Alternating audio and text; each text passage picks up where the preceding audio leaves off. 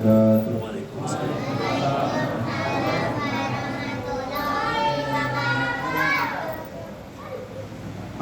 salatu wassalamu ala rasulillah wa ala alihi wa sahbihi wa mawala wa la hawla wa la quwwata illa billah. Hadirin jamaah masyaallah rahimani wa rahimakumullah. Lagi-lagi kita bersyukur kepada Allah Subhanahu wa taala yang sampai di malam ke berapa? 25.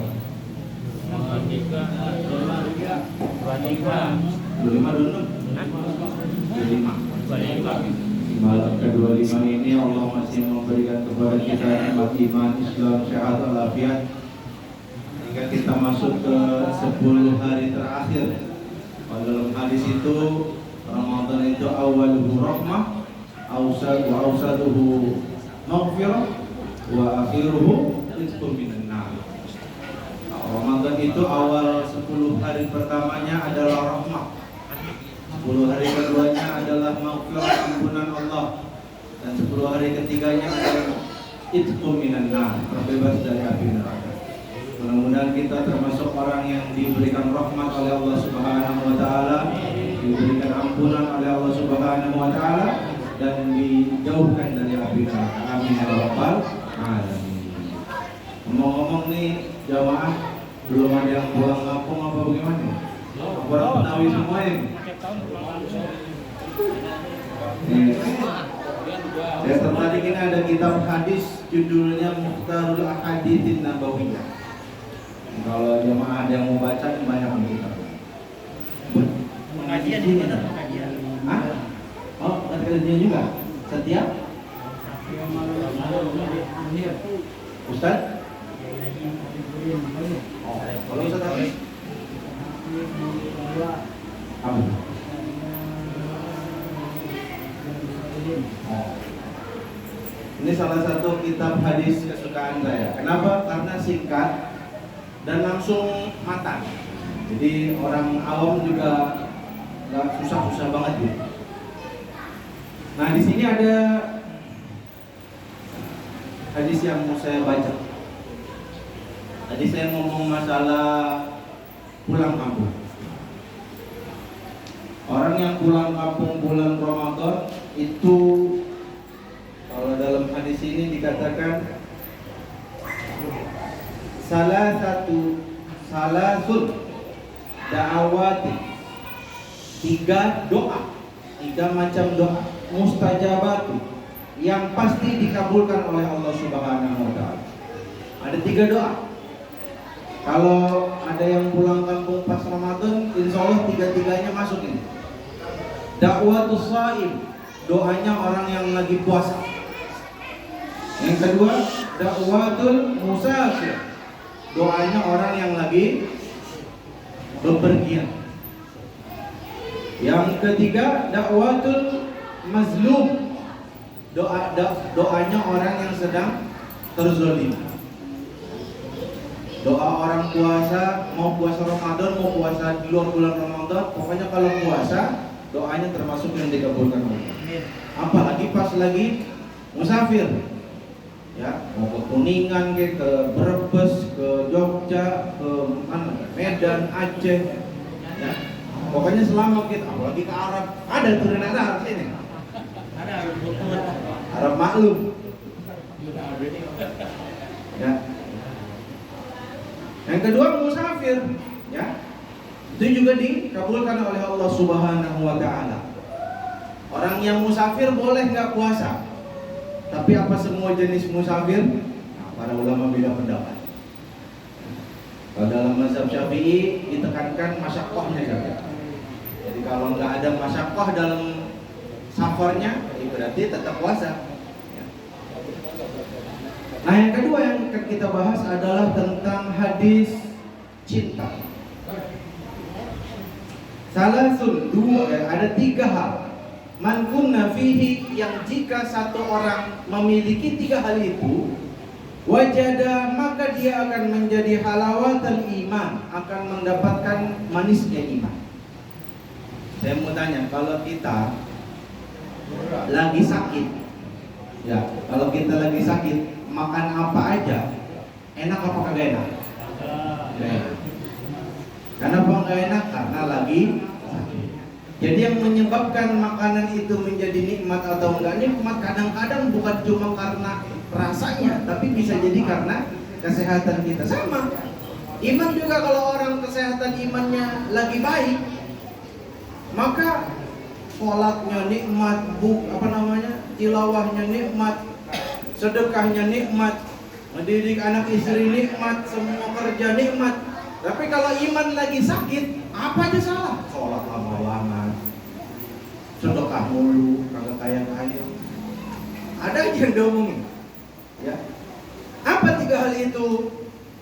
Yang pertama, ayyakunallahu wa rasuluhu ahabba ilaihi mimma siwahuma. Ini berarti kita menjadikan Allah dan Rasulnya lebih kita cintai daripada apapun. Ada satu ulama namanya Ibnul Qayyim Al-Jauziyah bikin kitab namanya Ad-Da'wah Dawa, penyakit dan obat. Dan uniknya dalam kitab itu beliau bikin satu pembahasan, judulnya Tauhidul Mahabbah, mentauhidkan Allah dalam cinta. Saya pertama kali baca tuh kitab mikir, apa korelasinya? Kan penyakit dan obat, kok malah bahasnya tentang mentauhidkan Allah dalam hal cinta.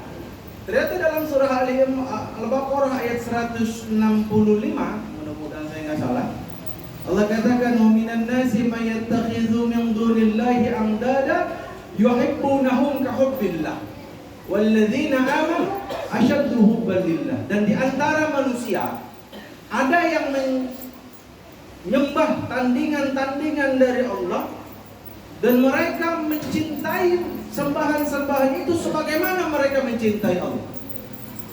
Adapun orang yang beriman itu amat besar cintanya kepada Allah Subhanahu wa ta'ala. Orang kalau lagi pacaran itu kadang-kadang apa aja diomongin. Tidak ada yang kucintai selain dirimu. Allah dikemanain? Aku rela mengerjakan apapun untuk mendapatkan dirimu. Apapun, menggarong bank sekalian. Ya. Padahal belum tentu itu yang terbaik. Orang yang mendapatkan kelezatan iman kalau dia mencintai Allah dan Rasul lebih dari cintanya kepada apapun. Umar pernah datang kepada Nabi, ke rumah Nabi, lalu ngomong, "Ya Rasul, engkau lebih aku cintai dari apapun di muka bumi ini kecuali diri saya." Itu udah hebat itu untuk ukuran zaman itu. Orang berani ngomong, engkau paling aku cintai di alam semesta ini kecuali diri saya. Tapi ditolak sama Rasul. Tidak, wahai Umar, sampai engkau lebih mencintaiku daripada bapakmu, daripada ibumu, daripada anakmu, dan daripada semua manusia di seluruh alam semesta. Apa kata Umar? Al-an ya Rasul, al-an, sekarang wahai Rasul, sekarang engkau lebih aku cintai daripada bapakku, ibuku, anakku, dan semua manusia. Yang kedua, wa ayyuhibbal mar'a la yuhibbuhu illa lillah. Ini juga berarti tidaklah dia mencintai seseorang, tapi cintanya itu karena Allah Subhanahu wa ta'ala. Jadi ternyata kita nggak dilarang cinta sama orang tua, cinta sama bapak, ibu, justru masyru', disyariatkan. Wa qada rabbuka alla ta'budu illa iyyah wa bil walidaini ihsana. Jadi Islam itu agama fitrah. Tidak dipertentangkan mencintai Allah dengan mencintai kedua orang tua, selama kedua orang tua nyuruhnya yang benar. Kalau di zaman Nabi banyak orang tua yang kagak benar, anaknya disuruh murtad. Nah, kalau konteksnya kayak begitu, jangan taati orang tua, tapi tetap wasahibuhuma fid dunya ma'rufah. Tetap pergauli mereka di dunia dengan baik. Padahal itu orang tuanya kafir. Yang dijelasin wasahibuhuma fid dunya ma'rufah itu kondisinya kafir. Apalagi orang tua kita yang semuanya muslim, lebih wajib lagi berbuat baik. sama istri kita, sama anak kita, fitrah. Selama cinta kepada anak dan istri tidak menyebabkan kita menghalalkan segala cara. Coba tanya koruptor, banyak tuh alasannya. Kenapa korupsi? Istri saya minta gelang baru. Ada orang ubah konstitusi, anak saya pengen jadi ini. Ada orang ini pengen jadi komisaris BUMN. Ada aja. Kenapa? Karena dia meletakkan kecintaan kepada anak dan istri lebih dari cintanya kepada Allah. Itu nggak bisa. Yang terakhir, wa an yakraha, yang kepanjang, dan dia benci. Ayyauda, dilemparkan fil kufri, ke dalam kekafiran, ba'da iz anqadhahu Allahu minhu, setelah Allah menyelamatkan dia dari kekafiran itu, kama, sebagaimana yakrahu, dia benci, ayyulqa finnar, dilemparkan ke dalam api neraka. Benci kembali kepada kekafiran sebagaimana dia benci dilemparkan ke dalam api neraka. Cuma satu contoh aja dah. Namanya Amr bin As. Kalau saya nggak salah namanya Amr bin As. Mukanya ganteng. Boleh dibilang salah satu yang paling ganteng di Madinah. Tiba-tiba masuk Islam. Padahal dia anak orang kaya, orang tuanya kaya, anak kesayangan, bahkan paling ganteng, paling wangi. Jadi kalau diceritakan dia jalan di satu gang tuh, baunya udah kecium di ujung gang. Saking wangi. Suatu ketika dia masuk Islam. Marah ibunya. Ibunya ngomong pelan-pelan, nak, keluarlah dari agama Islam itu, kembali ke agama nenek moyang kita. Apa kata Amr bin As? Tidak, wahai ibu. Diancam apa ibu? Kalau ternyata kamu nggak mau ninggalin agama Islam, ibu bunuh diri. Apa kata Amr bin As? Ibu tahu bahwa tidak ada manusia yang lebih aku cintai di dunia ini kecuali ibu.